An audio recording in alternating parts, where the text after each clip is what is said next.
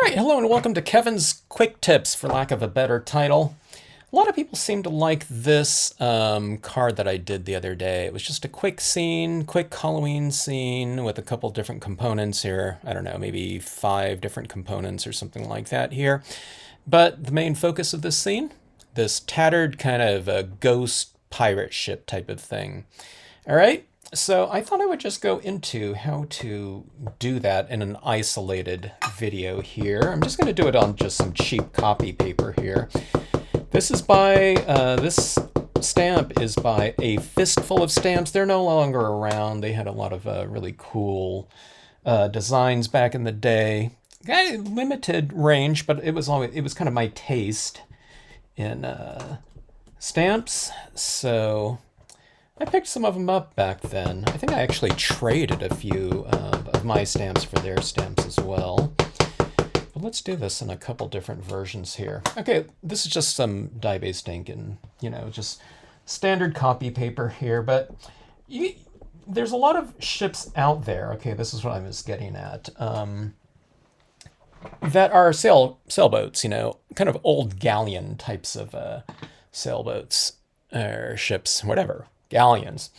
And we can turn this type of thing into this more ghost ship type of look here very easily, okay? Now what you do is, I'll do it with a couple different things here. On this one right here, I just used a colored pencil. And it kind of looks a little bit diffused. Actually, this whole thing on this type of vintage paper looks a little bit diffused. So I just used a colored pencil because I thought, this kind of looks, it's a little bit raggedy looking, okay? So what we're going to do is we're going to do these little, almost like if this was on a cave ceiling or something like that, you're going to be doing these little stalactite types of things, okay? So I'm just kind of doing these little kind of tapered edges. So I'm by tapered, if I, zoomed in, I want it to look like this. I want it to look a little bit wider at the top and narrower at the bottom.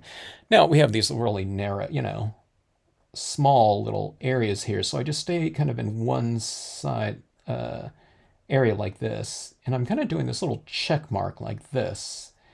But at the top, I'm kind of, making it a little bit wider. I'm pressing a little bit harder. So you're doing that type of check mark, that very gestural mark, as opposed to this and up, which makes, just that line. So instead of a tapered little line like that, we want to avoid something like this. Okay, so, and you want to do it at different, kind of distances from each other, like that. So you leave a little bit of space in between like that. There's no right or wrong here or anything like that, but I just think it looks better, a little bit varied. So you go like that. Okay. It's hard to see where one sail ends and the other one begins. That being said, then it doesn't matter really where you put it, right? Because it's not, if you can't tell, then wherever you put it, that is where it is. Someone won't be able to tell after you add all that kind of tattered areas in there, okay? There's another sail right here in the middle. Now, if you have a lot of colors going on in the background too, you know what I mean? Like this one, there's less contrast. So on this one right here, it's showing up a little bit more because I have white behind there. So I'm saying if you have a different sky in the background, sunset, whatever, it'd look really cool in a blood red sky. There's even less need to be like really careful or anything like that around this. Okay, and on mine too, see this like smooth sail like this shadow line like that? Or maybe those are the sails themselves. I'm not quite sure. Or if this is the sail and this is the illuminated area. I'm not quite sure. But what I did was I just made it the illuminated area and I added in these kind of little, I'll blow it up right here. Like if this was like a tear in the sail, I went like, like that. Okay, it looks like a mouth of something or something like that. So you can do that here and there. But see these like sloping little areas like this on the sail like that? They're real clean looking. I want to break that up a little bit, okay, by coming into it and making it a little bit more jagged and tattered, okay?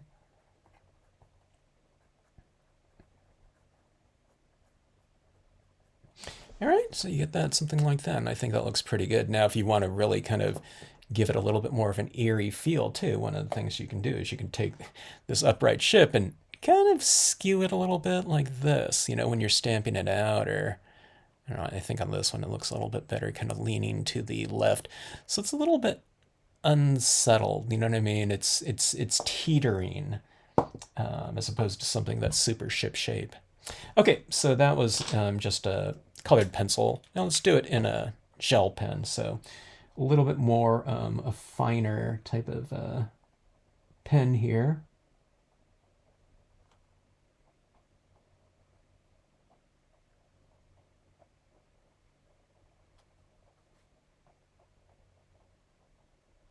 It's a little bit of a different black, but again, you'll probably have other things in the background, right? Other colors, I don't know, cloud formations, whatever. Yeah, potentially, but even if you don't, I think this looks pretty good as is. Okay, tattered kind of edge, a little bit of a hole in the sail, like that. Tattered fabric up here.